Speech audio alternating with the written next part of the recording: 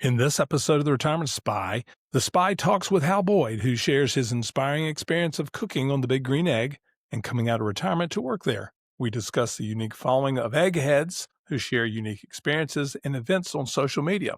He shares the cooking diversity of the Big Green Egg, from smoking briskets, baking pizza, and searing steaks, which makes it more than just a grill. Finally, he talks about the joy of friendships made in retirement while cooking together over a Big Green Egg in events like the Eggtoberfest in Atlanta, which brought 4,000 people together to sample food, with all money going to charity. Welcome to this week's episode of The Retirement Spy, where we share experiences in a collaborative platform for those entering phase 2 of life and are ready to embrace this chapter with gusto and an attitude of carpe diem.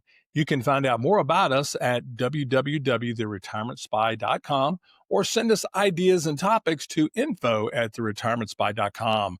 Today, we're happy to have Hal Boyd of the Big Green Egg Company to talk about a favorite hobby of many in retirement, including myself, is cooking on the Big Green Egg, which is absolutely a wonderful experience. Hal, you were retired and living the dream just a few weeks ago, and you're called by your old client, Big Green Egg, to come out of retirement. What happened? Well, I retired after 30 years of corporate work at companies like Coca-Cola and Equifax and Deloitte. And I had embarked after my retirement from full-time corporate work to do consulting work, some executive coaching, some HR consulting and compensation and org design and that sort of thing. And one of my clients was Big Green Egg. But I have to back up the story, I guess, one block before that, because it's a complete happenstance from my point of view.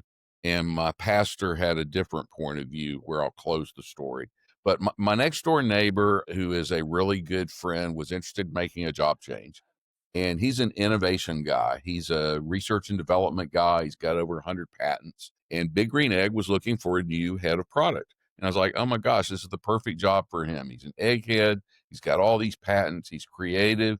He wants to make a change. So I go onto the computer, fire up the computer, go onto LinkedIn, find the CEO of Big Green Egg, or president of Big Green Egg at the time. He was new in the role, and tried to reach out to him, and his LinkedIn was locked down. So there's no way for him to leave a message. So I go look at his connections, and we have one friend in connection. He has 4,950 connections, and we know one person together. So I reach out to this one person that we know, explained to him the situation. He said, absolutely, I'll introduce you. He would want to have this. So he introduces us. We set up a time to meet. I share the resume. We get together for breakfast. And about 10 minutes into the breakfast, after the pleasantries, it became pretty obvious that he was pretty far down the line with hiring a head of product, and it wasn't going to work out for my friend. So we had a nice breakfast. We talked about eggs and all sorts of stuff. And at the end of breakfast, he pushes a piece of paper across the table and he says, we don't have a head of HR, and there's some stuff that I could use some help with. And I know you're an HR consultant. Could you help me? So long story short, I went to work as a consultant, helping him out with some comp stuff and a variety of other stuff. And about 3 months later, the CEO of Big Green Egg, retired, and the president was promoted to CEO. And he asked me if I was interested in coming to work full time. And I told him that I wasn't. And we kept on the consulting trail, and he kept asking, and he was persistent. And finally, he made me an offer that I couldn't refuse. And so in January of this year, I became a full-time egghead instead of a part-time consulting egghead. And I put a note up on LinkedIn not long after I got the job. And it was super fun because I heard from people from all over the world, some of them that I hadn't heard from in ages. But the best comment was from my pastor, who said, Hal, it just goes to show you, when destiny, experience, and fate carpooled and stopped at your driveway, that's what happened. You failed retirement miserably. For all I those in get our audience, Hal may not be the best example of what we're trying to do with the Retirement Spy, but it's a great story. Yeah. Well, I've been asked this a bunch of times, why? And, if it wasn't Big Green Egg, I don't know if I would have done this. No offense to all my other clients and, people that I did consulting with, but I'm like you. I'm a longtime user of the product. I've had one for 29 years. I cook on it 3 to 5 times a week, no matter what the temperature is, rain, sleet, snow, just like the Postal Service. I am undeterred by any of those things. And I really love it. And, you know, it really did feel kind of like fate and destiny that all these things, kind of coincided at the same time. There was like no way to resist it. I go and talk to a couple of friends that, are like advisor types that I go to when I want some advice for something. And both of them were like, what exactly do you need advice on? It seems pretty obvious what you need to do here. Easy. So there you go. So almost a year ago, I went back to work full time. So the Big Green Egg is a movement. It's not just a grill. And by the way, the Retirement Spy is not getting any remuneration for this interview today. We are strictly just cult members of what I'd call the Big Green Egg. And I say cult member. I say that laughingly because the friends of mine who use Big Green Eggs and they run into friends who have grills, and the grill people are like, what's the deal with the Big Green Egg? They don't get it. It is a movement. And from the simplest of things, when my son was in his infancy, let's just say 7th or 8th grade, he loved the potty humor, which was so common for little boys. So he'd come up and go, hey, Dad, can we cook a butt on the Big Green Egg? Just the funny things that we had, the memories of the Big Green Egg. But it is a movement. Describe, because you probably know better than anybody else, the Big Green Egg and why it's so popular. Well, I think the first reason it's so popular is because it's so versatile. The Big Green Egg does everything that any backyard cooking device does. You can bake on it. You can bake bread on it. You can bake pies on it. You can bake cakes on it. You can bake casseroles on it. It grills. You can cook steaks and hamburgers and pork chops and anything that you could grill. And it smokes briskets and butts and ribs. So you don't need a multitude of different types of grills. And with accessories on it, you can expand its capacity. You can cook things that you would cook on a Blackstone. So it's versatility, first of all. The second thing is that it's fairly indestructible. It has a lifetime warranty, so that if there is something ceramic on it that fails or cracks, the company will replace that for the original owner for a lifetime. So for me, when I bought mine, that was kind of my angle for purchasing it with my wife. Was we'd been married, I don't know, about 10 years at that point, and we'd had dinner a couple of times at friends' houses that cooked something on the egg. And the first one in the car on the way home, I said, wow, that's the best hamburger I've ever eaten in my life. That's a super unusual cooking thing. The second time we had a steak, we got in the car and I said, I'm going to go buy one of those tomorrow. And she said, well, what do they cost? And I was like, I don't care. Those two meals that we've had have been the best food I've ever had. And now hearing that it has a lifetime warranty, we burned through 2 gas grills at nearly $600 a piece. And the second one is rusted out. So we're about to buy a third one. This is the last one I'm ever going to buy. So this is an asset exchange. I married a Texan 30 years ago this month or last month. And brisket is a big deal in Texas, not necessarily in Georgia or North Carolina where I grew up. What I have found for my use, the Big Green Egg is such a great smoker. One, you don't use a lot of charcoal. And when I put a brisket in, when I learned how to do the temperature, and there's a learning curve there to how to balance the temperature. But once the temperature is on, I can walk away for 6, 8, 10 hours, and I don't have to add charcoal. I don't have to open it up. It cooks, and it's just a wonderful experience. And I'll share this with the audience. Hal said about the diversity of the Big Green Egg. You can cook bread. Pizza is a big thing that my son and all of his friends liked. A friend of mine got his first Big Green Egg, and he was so excited. He invited me over and said, you're an egghead. Come on over. You need to teach me how to use this thing. And I said, okay, what are we going to do? He says, for the first thing on my Big Green Egg, I'm going to do pizza. I said, okay, that's fine. So I came over and he took me out to the backyard and we're approaching the Big Green Egg. He says, I got a problem. I said, what's the problem? He says, I lit the grill. I've got the charcoal and I've got the vents wide open, but it won't go to temperature. And I paused. And as we approached the grill, he started to lift. I said, stop. And we looked at the temperature and it was pointing to 0. And I said, wait just a second.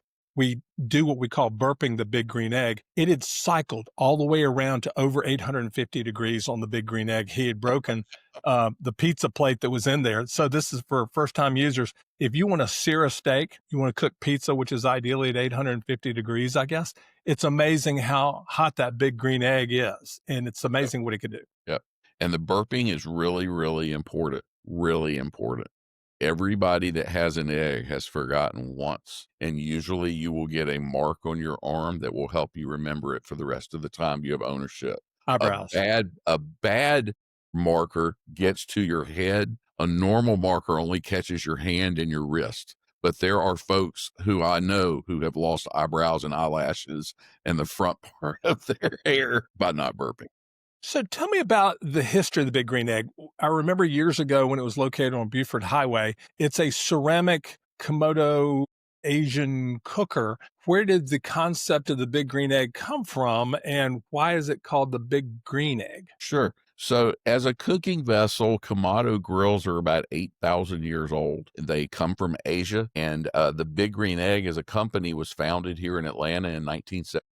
Soon to be 91-year-old founder had come out of the Navy and had started a pachinko game business. And for those who don't know what pachinko game is, it is a Japanese wall-mounted, non-electric pinball machine. So imagine a box on the wall, kind of like a picture, and you put the ball bearings in it, and they bounce off little nails, and they score. And on one of the shipments that he was having brought over of pachinko machines, his supplier in Asia said, "Hey, I've got these Kamado grills. What if I throw a few of these in there and you see how those do in Atlanta? You got space in your container." And he says, "Okay, I'll take a few of them." So as he's told the story, I think most of them on the first batch broke on the way over. And he ended up with like a couple of them, and there was no interest in them. And one day he decided to wheel one of them out to the front of the store on Claremont Road. And he put some chicken wings on it, and he put some hot sauce on the chicken wings, and he started cooking them. And he sold one or two of them that day because of the smell. And people ask, curiosity, open it up. What are you doing there? What are you cooking there? And so a brand was born literally in this storefront of pachinko machines that eventually fell by the wayside as a business was born. And it was all about the smell. To me, it's kind of like that cartoon, the Disney cartoon, where you see the animal kind of flying in the air after the smell wafting along. It's the same with humans.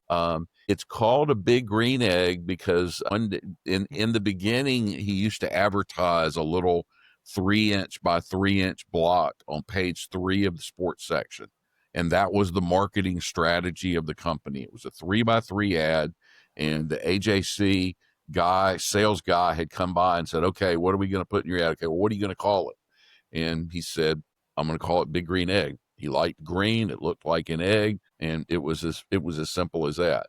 Now we've got trademarks on that, and we have patents on it today. And we're the only one who can make a Kamado style grill in green. But we have moved one time from green. So there is a legend out there of a blue egg that is true. It was created for the University of Florida after they won a national championship.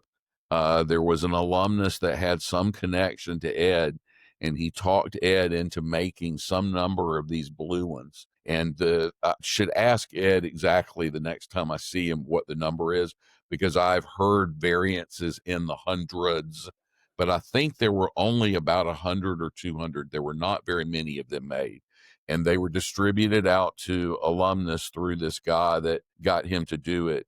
And today, if you see them in the secondary marketplace, they sell for more than a brand new egg does. I bet that's a collector's item, especially Oh, it's amongst a the Gator huge fans. collector's item. Huge collector's item. And if on top of that you're a Florida fan, it's really a collector's item. So the prices that you get for them are just crazy.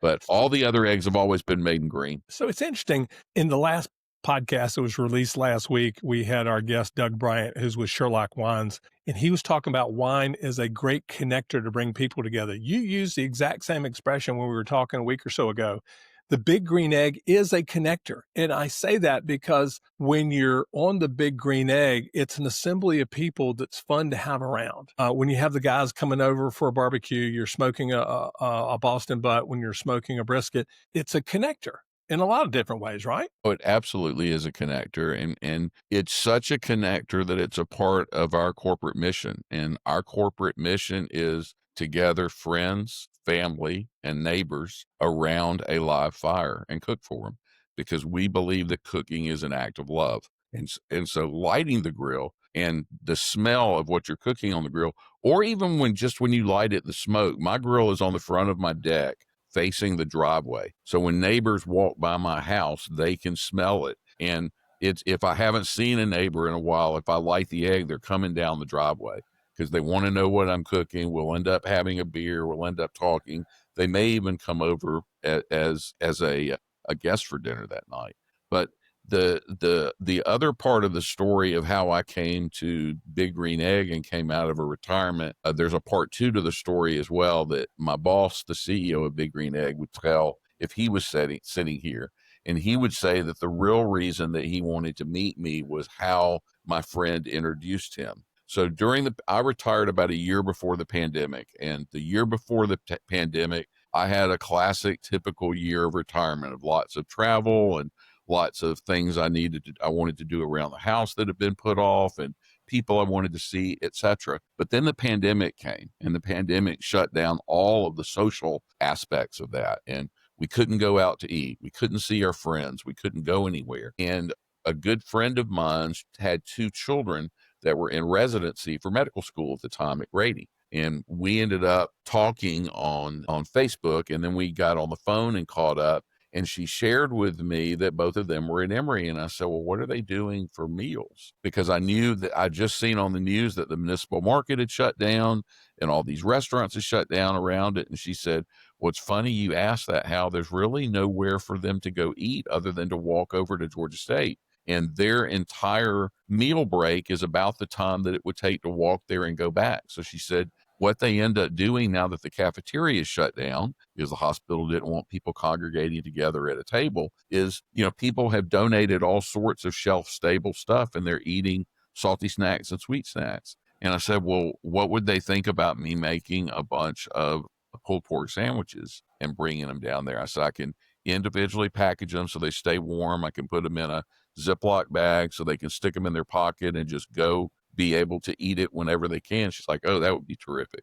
So I called up another friend of mine who's an egghead, and I said, I need some help cooking meat because I have a large, and ideally you really only cook about 2 or 3 10 to 12 pound butts in each egg. And we needed to cook about between 40 and 50 pounds to do the number of sandwiches we did. So he and I each went and got a couple of butts. We cooked them at our house. We talked that morning. We met at Grady Hospital. My friend's kids came out with some other nurses and doctors with carts and took all of the barbecue sandwiches in. And I put up some pictures and a story about it on Facebook that afternoon. I think I got between 30 and 40 direct messages saying, how can I help? Oh, that's awesome. My wife and I paid for the first batch. Over the course of the pandemic, we made and served 9,200 plus sandwiches to every hospital in Atlanta's emergency room, police departments, fire departments, etc., first responders, basically. And all of that was donated. I had meat donated. I had people volunteer to make cookies and desserts. I had some vegetarian friends chime in and start making vegetarian sandwiches and vegetarian barbecue. And we did it all over Atlanta. And, my friends in the healthcare business and in the business of taking care of us and protecting us would say that it was terrific and they can't believe we did such a great thing. I would tell you, and my friends that did it would tell you, we got just as much out of it. To be able to do something that helped these people that were fighting COVID, to be able to do something with my friends at a time when I couldn't be together with them and socialize, they would say, and I would say, that we got more out of it than they did. What a great story. But it was terrific. Right behind me over my shoulder, there's a full page article that was in the AJ. And that's what my friend sent to Dan to introduce me from this thing that we did. So it was really, really fun. I made You're a lot of great friends. I found people that I knew from the past that I hadn't seen that were working at these hospitals. And it just let us do a little bit of good when there was a lot of bad. Congratulations. What a great story. You know, what I find most interesting and probably the best thing in bringing the connection together is your distribution network is through a lot of the Ace Hardware stores. That's And right. I can't tell you the most successful Ace Hardware stores I've driven around will usually on a Saturday be cooking something on a Big Green Egg. And it does two things. One, they're selling Big Green Eggs left and right, I'm sure. But two, it's bringing people in. Oh, Yep. I need a hammer. I need some sandpaper. I Yep. need some paint. And so it starts with the smell. They're in a shopping center. There's Yep. an Ace Hardware, and all of a sudden it's like, what is that smell? And then they walk down, and the next thing you know, there's this great connection. I'll tell you what I do, and I started this with my Big Green Egg a few years ago. 3-pound butterball breastless turkeys. I've got a secret recipe, and I will smoke those 3-pound boneless breast butterball turkeys for Christmas gifts. And literally, we'll do. I'm not going to tell you how many I do. I do a lot of them, but it's an act of love that I do. And now, after 3 years, people are so excited. They're like, when are you gonna have that turkey over to our house this year? And as they're making plans, and it's just it is a great way to connect. And if the audience hasn't picked up on this yet, the marketing behind this is genius. Have you heard us use words like exactly, eggheads, egg? There, how many different eggs can we come up with that are I'm directly working tied? at the egg queue. The egg queue, and we'll get to something that's even more fun in a minute, what you guys do every year. But for our retirees, what you can understand with the Big Green Egg now is you've got the time to have fun on a Big Green Egg when you're working 100 miles an hour doing what you do. We love our gas grills because we can turn them on, immediate gratification, cook what we need to, turn the grill off, and get back in. This is a labor of love. Now with the Big Green Egg, you can take the time to smoke the brisket you've always wanted to have, the ribs that you want to have, and play with this thing, which makes it a lot of fun as it relates to the features with gas and other grills. There's just no comparison about what you can do with the Big Green Egg. It's walk away cooking. It's coal. You use less coals than you would if you had briquettes on a regular, no brand to be mentioned, charcoal grill. And so there's just so much variety there. I think also it's important to point out that functionally a gas grill will cook a lot of food and it'll cook it quickly. It's easy to light, it lights quick, it cools quickly, but a gas grill adds no flavor whatsoever to your food. All it does is changes the temperature. The taste difference between cooking a hamburger or a steak on a gas grill and on charcoal, there's no comparison. And if you ever have the chance to do a side by side, you'll see how right I am. And I still have a gas grill and I use it when I have to cook a ton of hamburgers and hot dogs, or I use it to keep food warm after I've already cooked it. But there's no comparison of the taste that you get in charcoal cooking over fire and cooking over a gas grill. My wife will tell you that our marriage was saved when I got a Big Green Egg and learned how to smoke salmon on it. She loves salmon, and I've got a secret smoked salmon recipe she says is just to die for. And it saved our marriage, as she would say whenever I start talking about the Big Green Egg, Now, do you emphasizing cold smoke your salmon or do you warm smoke it? exactly. No, cold smoking. No, Yeah, you're exactly yeah, right. Well, yeah. actually, I do both, and my wife likes both. You've got and this is the one thing that's great about the Big Green Egg. Let's talk about the resources for a minute because the Big Green Egg headquarters is in town and it's an addictive place because there's so many toys in there. But Big Green Egg just celebrated its big event of the year, Eggtoberfest. It was out in Stone Mountain, Georgia. Tell us about what the Eggtoberfest is, how long it's been going on, because talk about a cult following. This is where we're all hanging out in Right, October. right. So the first Saturday of October for the last almost 30 years, we've thrown a party for the egg. And it's kind of a combination of a party for the egg and also a birthday party for our founder that we do. And the first one was attended by fewer than 100 people around 1996. And the last one that we had last month that was out in Buford at the Coolray Stadium were over for 4,000 people. So what we do for the ones today in modern times is we bring out about 200 eggs and we put them out on the infield of this baseball stadium. And then we have about 200 chefs and chef teams that have signed up to cook, and each of them bring their favorite thing to cook. And the folks that come in get to sample the food from these eggs all day long and meet other egg aficionados and learn how to cook Eggheads. things on their egg that they've never had and see eggheads that live in other places that they haven't seen in a while. And it's just like a big festival that you would go to for music or wine. This one's just about smoke and meat and things that you can cook on an egg. And it's a lot of fun. And it's fun for people that already know the egg. It's fun for people that are wanting to get to know the egg. All of the eggs are sold as demos for a great discount at the end. And the whole thing raises money for charity, which this year was Atlanta Food Bank that we were able to raise a good chunk of money for. So Perfect it's a timing. really, really fun egg party. You guys do such a great job with education. YouTube is always a great place to find recipes for the Big Green Egg, and I'm surprised every time I want a recipe.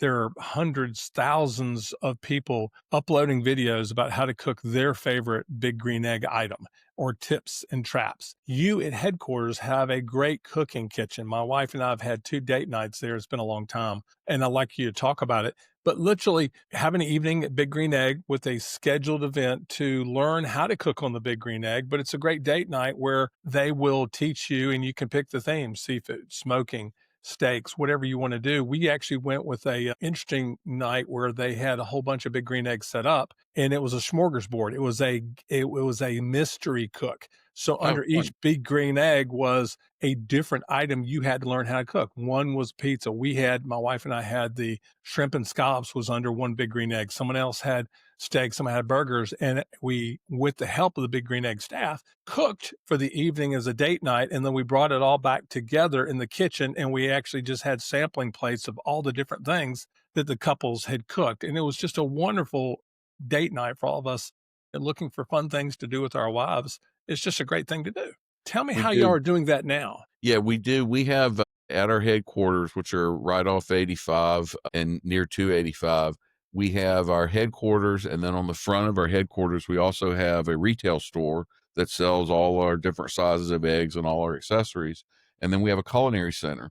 And the culinary center we use for several purposes. One, we have cooking lessons there, cooking classes. And if you go to our website to www.biggreenegg.com, our classes are published on there. And sometimes they're theme classes, like there's Thanksgiving class coming up, there's Christmas dinner coming up. Earlier this year, we did tailgating foods. We also sometimes do all female classes. We're going to experiment with a dating class where we bring in 10 males and 10 females, and they're going to change. They're going to pair up to get to know each other and change after each of the courses. And we also do corporate events there. So, say there's a company headquartered in Atlanta and you've got your sales team coming in from all over the country. And instead of going out to eat and spending, $200 a person somewhere going out to eat, you turn it into a meeting in the afternoon in the culinary center, and then drinks and hors d'oeuvres and a cooking lesson and a nice meal. And you've gotten a whole evening of entertainment for about what you would spend for going out to eat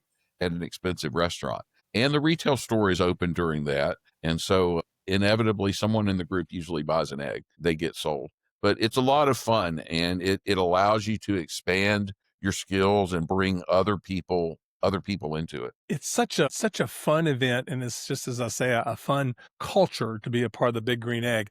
We're getting close to kind of wrapping things up. So as a tradition we've been having for the last few weeks, we're going to ask, number one, Hal, if people are interested in Big Green Egg, what's the best way to go buy a Big Green Egg or to find out more about what you guys are doing?